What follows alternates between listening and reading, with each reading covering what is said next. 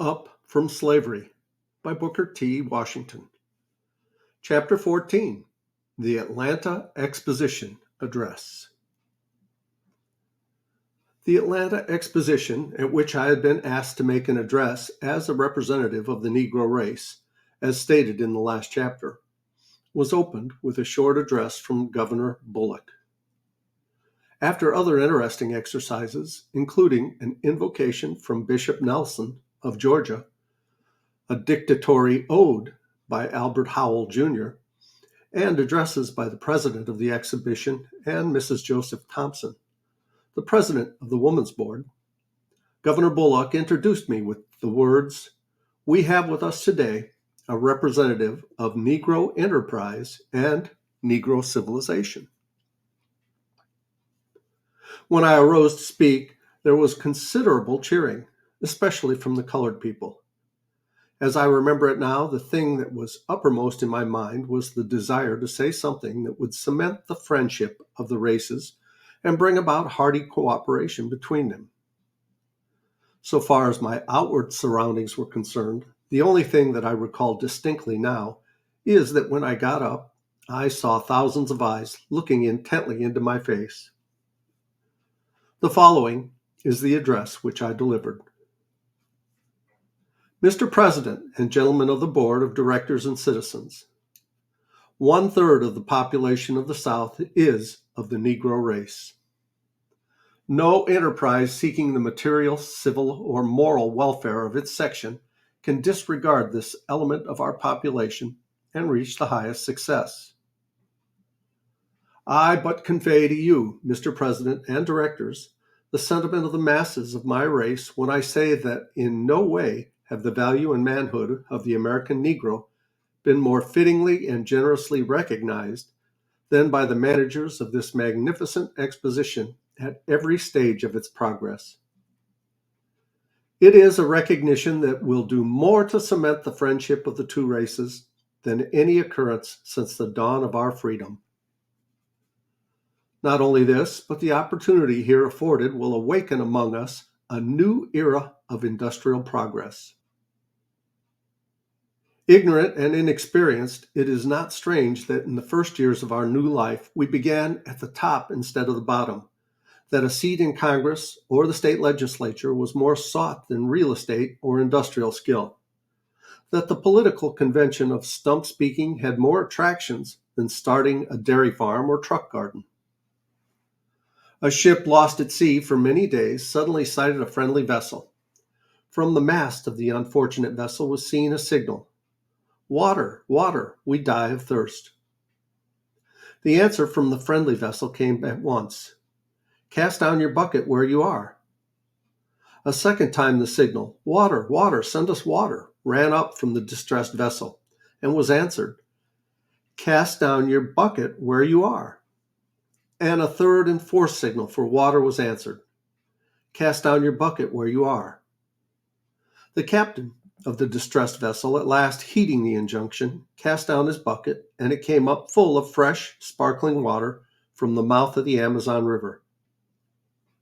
To those of my race who depend on bettering their condition in a foreign land, or who underestimate the importance of cultivating friendly relations with the Southern white man, who is their next-door neighbor, I would say, cast down your bucket where you are. Cast it down in making friends in every manly way of the people of all races by whom you are surrounded. Cast it down in agriculture, mechanics, in commerce, in domestic service, and in the professions. And in this connection, it is well to bear in mind that whatever other sins the South may be called to bear, when it comes to business, pure and simple, it is in the South that the Negro is given a man's chance in the commercial world. And in nothing is this exposition more eloquent than in emphasizing this chance. Our greatest danger is to look that in the great leap from slavery to freedom, we may overlook the fact that the masses of us are to live by the productions of our hands, and fail to keep in mind that we shall prosper in proportion as we learn to dignify and glorify common labor and put brains and skills into the common occupations of life. Shall prosper in proportion as we learn to draw the line between the superficial and the substantial, the ornamental gewgaws of life and the useful. No race can prosper till it learns that there is as much dignity in tilling a field as in writing a poem. It is at the bottom of life we must begin, and not at the top. Nor should we permit our grievances to overshadow our opportunities. To those of the white race who look to the incoming of those of foreign birth and strange tongues and habits for the prosperity of the South, were I permitted, I would repeat what I say to my own race. Cast down your bucket where you are. Cast it down among the 8 millions of Negroes whose habits you know, whose fidelity and love you have tested in days when to have proved treacherous meant the ruin of your firesides.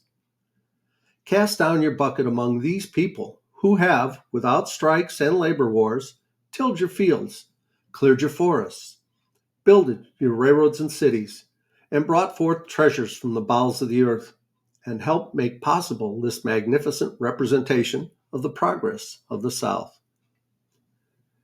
Casting down your bucket among my people, helping and encouraging them as you are doing on these grounds, and to education of head, hand, and heart, you will find that they will buy your surplus land, make blossom the waste places in your fields, and run your factories.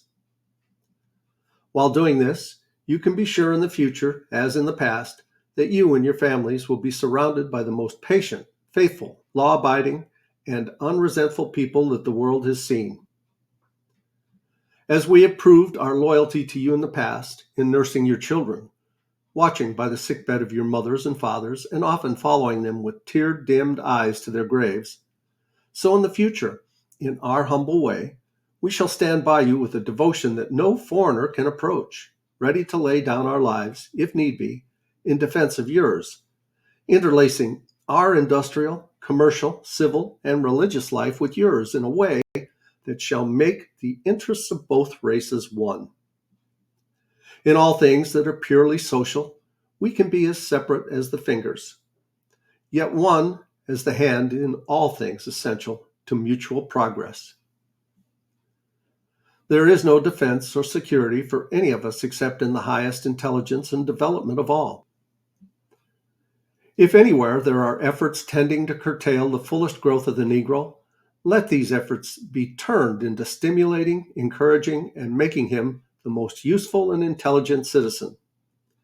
Effort or means so invested will pay 1,000% interest. These efforts will be twice blessed, blessing him that gives and him that takes. There is no escape through law of man or God from the inevitable. The laws of changeless justice bind oppressor with oppressed, and close as sin and suffering joined, we march to fate abreast. Nearly 16 millions of hands will aid you in pulling the load upward, or they will pull against you the load downward. We shall constitute 1/3 and more of the ignorance and crime of the South, or 1/3 its intelligence and progress. We shall contribute 1/3 to the business and industrial prosperity of the South, or we shall prove a venerable body of death, stagnating, depressing, retarding every effort to advance the body politic. Gentlemen of the Exposition, as we present to you our humble effort at an exhibition of our progress, you must not expect overmuch. Starting 30 years ago, with ownership here and there and a few quilts and pumpkins and chickens gathered from miscellaneous sources. Remember the path that has led from these to the inventions and productions of agricultural implements, buggies, steam engines, newspapers, books, statuary, carving, paintings, and the management of drugstores and banks has not been trodden without contact with thorns and thistles. While we take pride in what we exhibit as a result of our independent efforts, we do not for a moment forget that our part in this exhibition would fall far short of your expectations, but for the constant help that has come to our educational life, not only from the southern states, but especially from northern philanthropists, who have made their gifts a constant stream of blessing and encouragement. The wisest among my race understand that the agitation of questions of social equality is the extremest folly, and that progress in the enjoyment of all the privileges that will come to us must be the result of severe and constant struggle, rather than of artificial forcing. No race that has anything to contribute to the markets of the world is long in any degree ostracized. It is important and right that all privileges of the law be ours, but it is vastly more important that we be prepared for the exercises of these privileges. The opportunity to earn $1 in a factory just now is worth infinitely more than the opportunity to spend $1 in an opera house. In conclusion, may I repeat that nothing in 30 years has given us more hope and encouragement and drawn us so near to you of the white race as this opportunity offered by the Exposition. And here bending, as it were, over the altar that represents the results of the struggles of your race and mine, both starting practically empty-handed 3 decades ago, I pledge that in your effort to work out the great and intricate problem which God has laid at the doors of the South, you shall have at all times the patient, sympathetic help of my race. Only let this be constantly in mind, that while from representations to their buildings of the product of the field, of forest, of mine, of factory, letters and art, much good will come, yet far above and beyond material benefits will be the higher good, that, let us pray God, will come in a blotting out of the sectional differences and racial animosities and suspicions, in a determination to administer absolute justice, in a willing obedience among all classes to the mandates of law. This coupled with our material prosperity, will bring into our beloved South a new heaven and a new earth. The first thing that I remembered after I had finished speaking was that Governor Bullock rushed across the platform and took me by the hand, and that others did the same. I received so many and such hearty congratulations that I found it difficult to get out of the building. I did not appreciate to any degree, however, the impression which my address seemed to have made, until the next morning when I went into the business part of the city. As soon as I was recognized, I was surprised to find myself pointed out and surrounded by a crowd of men who wished to shake hands with me. This was kept up on every street onto which I went, to an extent which embarrassed me to so much that I went back to my boarding place. The next morning, I returned to Tuskegee. At the station in Atlanta and at almost all the stations at which the train stopped between the city and Tuskegee, I found a crowd of people anxious to shake hands with me. The papers in all parts of the United States published the address in full, and for months afterward there were complimentary editorial references to it. Mr. Clark Howell, the editor of the Atlanta Constitution, telegraphed to a New York paper, among other words, the following: I do not exaggerate when I say that Professor Booker T. Washington's address yesterday was one of the most notable speeches, both as to character and as to the warmth of its reception, ever delivered to a Southern audience. The address was a revelation. The whole speech is a platform upon which blacks and whites can stand with full justice to each other. The Boston transcript said editorially, the speech of Booker T. Washington at the Atlanta Exposition this week seems to have dwarfed all the other proceedings and the Exposition itself. The sensation that it has caused in the press has never been equaled. I very soon began receiving all kinds of propositions from lecture bureaus and editors of magazines and papers to take the lecture platform and to write articles. One lecture bureau offered me $50,000 or $200 a night and expenses if I would place my services at its disposal for a given period. To all these communications, I replied that my life work was at Tuskegee, and that whenever I spoke, it must be in the interests of the Tuskegee School and my race, and that I would enter into no arrangements that seemed to place a mere commercial value upon my services. Some days after its delivery, I sent a copy of my address to the President of the United States, the Honorable Grover Cleveland. I received from him the following autograph reply: Gray Gables, Buzzards Bay, Massachusetts, October 6, 1895. Booker T. Washington, Esquire. My dear sir, I thank you for sending me a copy of your address delivered at the Atlanta Exposition. I thank you with much enthusiasm for making the address. I have read it with intense interest, and I think the exposition would be fully justified if it did not do more than furnish the opportunity for its delivery. Your words cannot fail to delight and encourage all who wish well for your race, and if your colored fellow citizens do not from your utterances gather new hope and form new determinations to gain every valuable advantage offered to them by their citizenship, it will be strange indeed. Yours very truly, Grover Cleveland. Later, I met Mr. Cleveland for the first time when, as president, he visited the Atlanta Exposition. At the request of myself and others, he consented to spend an hour in the Negro building for the purpose of inspecting the Negro exhibit and of giving the colored people in attendance an opportunity to shake hands with him. As soon as I met Mr. Cleveland, I became impressed with his simplicity, greatness, and rugged honesty. I've met him many times since then, both at public functions and at his private residence in Princeton, and the more I see of him, the more I admire him. When he visited the Negro building in Atlanta, he seemed to give himself up wholly for that hour to the colored people. He seemed to be as careful to shake hands with some old colored auntie, clad partially in rags, and to take as much pleasure in doing so as if he were greeting some millionaire.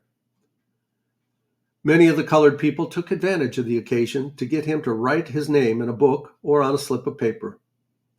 He was as careful and patient in doing this as if he were putting his signature to some great state document. Mr. Cleveland has not only shown his friendship for me in many personal ways, but has always consented to do anything I have asked of him for our school. This he has done whether it was to make a personal donation or to use his influence in securing the donations of others. Judging from my personal acquaintance with Mr. Cleveland, I do not believe that he is conscious of possessing any color prejudice. He is too great for that. In my contact with people, I find that, as a rule, it is only the little narrow people who live for themselves, who never read good books, who do not travel, who never open up their souls in any way to permit them to come into contact with other souls, with the great outside world. No man whose vision is bounded by color can come into contact with what is highest and best in the world.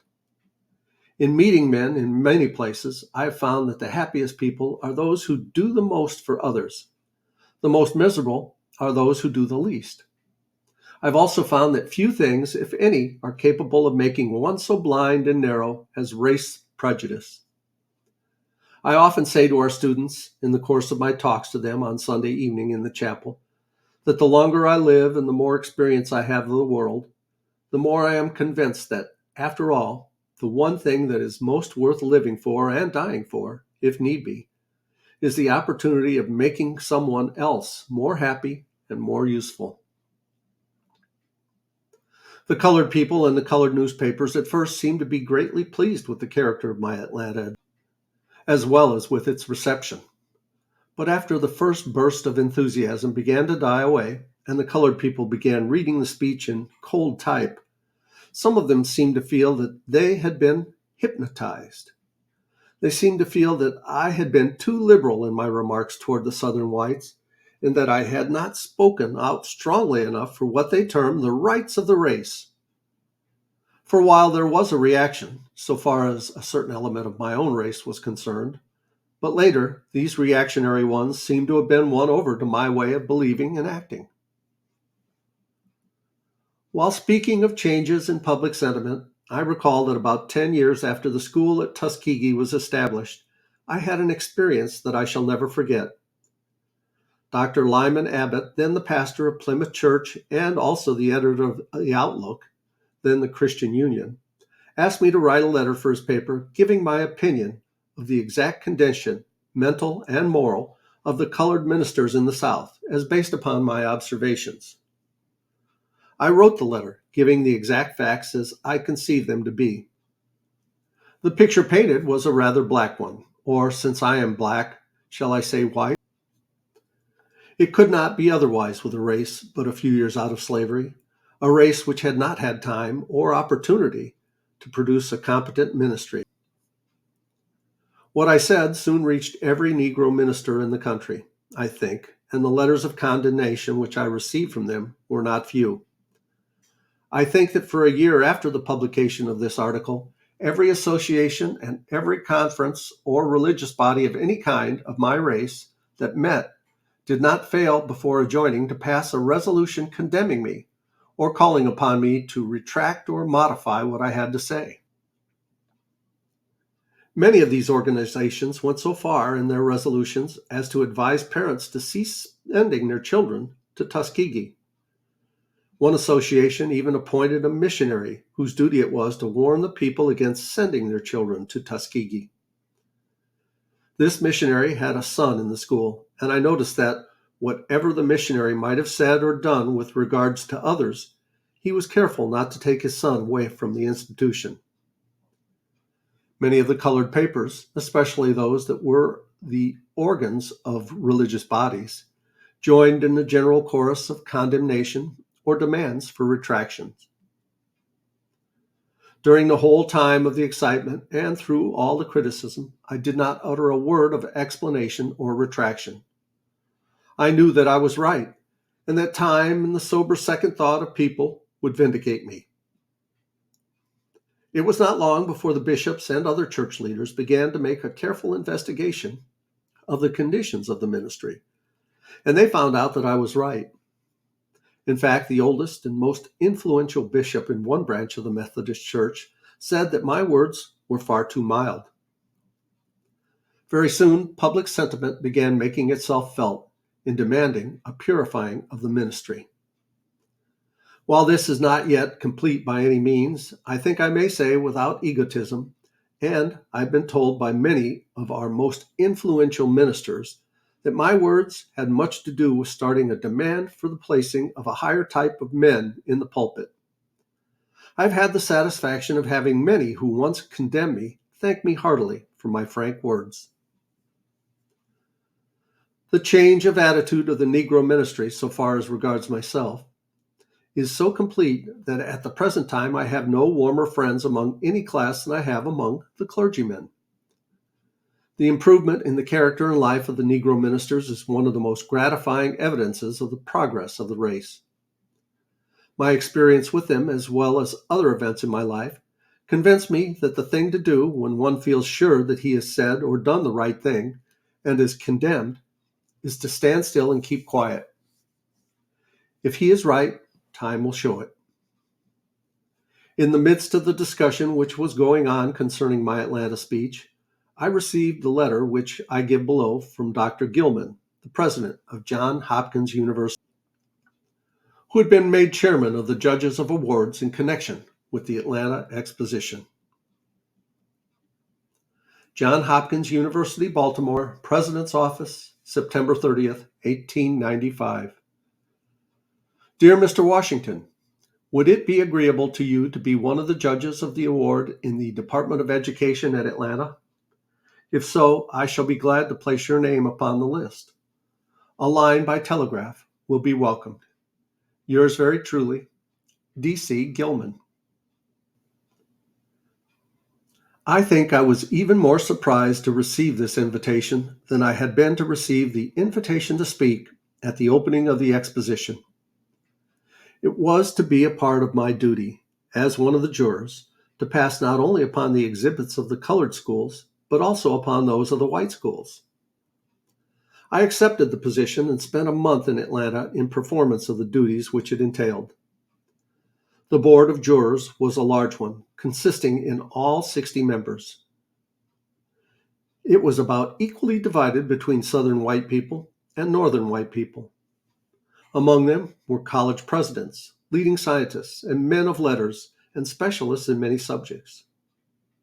When the group of jurors to which I was assigned met for organization, Mr. Thomas Nelson Page, who was one of the number, moved that I be made secretary of that division, and the motion was unanimously adopted.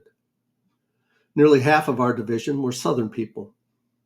In performing my duties in the inspection of the exhibits of the white schools, I was in every case treated with respect, and at the close of our labors, I parted from my associates with regrets. I am often asked to express myself more freely than I do upon the political condition and the political future of my race. These recollections of my experience in Atlanta give me the opportunity to do so briefly. My own belief is, although I have never before said so in so many words, the time will come when the Negro in the South will be accorded all the political rights which his ability, character, and material possessions entitle him to. I think, though, that the opportunity to freely exercise such political rights will not come in any large degree through outside or artificial forcing, but will be accorded to the Negro by the Southern white people themselves, and that they will protect him in the exercise of those rights. Just as soon as the South gets over the old feeling that it is being forced by foreigners or aliens to do something which it does not want to do, I believe that the change in direction that I have indicated is going to begin. In fact, there are indications that it is already beginning in a slight degree. Let me illustrate my meaning. Suppose that some months before the opening of the Atlanta Exposition, there had been a general demand from the press and public platform outside the South that a Negro be given a place in the opening program and that a Negro be placed upon the board of jurors of awards. Would any such recognition of the race have taken place? I do not think so. The Atlanta officials went as far as they did because they felt it to be a pleasure as well as a duty to reward what they considered merit in the Negro race. Say what we will, there is something in human nature which we cannot blot out, which makes one man in the end recognize and reward merit in another, regardless of color or race. I believe it is the duty of the Negro, as the greater part of the race is already doing, to deport himself modestly in regard to political claims, depending upon the slow but sure influences that proceed from the possession of property, intelligence, and high character, for the full recognition of his political rights. I think that the according of the full exercise of political rights is going to be a matter of natural, slow growth, not an overnight gourd vine affair. I do not believe that the Negro should cease voting, for a man cannot learn the exercise of self-government by ceasing to vote any more than a boy can learn to swim by keeping out of the water. But I do believe that in his voting, he should more and more be influenced by those of intelligence and character who are his next-door neighbors. I know colored men who, through the encouragement, help, and advice of Southern white people, have accumulated thousands of dollars worth of property, but who at the same time would never think of going to those same persons for advice concerning the casting of their ballots. This, it seems to me, is unwise and unreasonable, and should cease. In saying this, I do not mean that the Negro should truckle or not vote from principle, for the instant he ceased to vote from principle, he loses the confidence and respect of the Southern white man even. I do not believe that any state should make a law that permits an ignorant and poverty-stricken white man to vote and prevents a black man in the same condition from voting. Such a law is not only unjust, but it will react, as all unjust laws do, in time, for the effect of such a law is to encourage the Negro to secure education and property, and at the same time, it encourages the white man to remain in ignorance and poverty. I believe that in time, through the operation of intelligence and friendly race relations, all cheating at the ballot box in the South will cease. It will become apparent that the white man who begins by cheating a Negro out of his ballot soon learns to cheat a white man out of his, and that the man who does this ends his career of dishonesty by the theft of property or by some equally serious crime. In my opinion, the time will come when the South will encourage all of its citizens to vote. It will see that it pays better from every standpoint to have the healthy, vigorous life than to have the political stagnation which always results when one half of the population has no share and no interest in the government. As a rule, I believe in universal free suffrage, but I believe that in the South we are confronted with the peculiar conditions that justify the protection of the ballot in many of the states, for a while at least, either by an educational test, a property test, or by both combined. But whatever tests are required, they should be made to apply with equal and exact justice to both races. And we'll go on with Chapter 15 in the next video. Please like, subscribe, leave a comment below. I'd love to hear from you. What do you think of Mr. Washington's thoughts? Love to hear it. I love you guys. As Tigger says, ta-ta for now.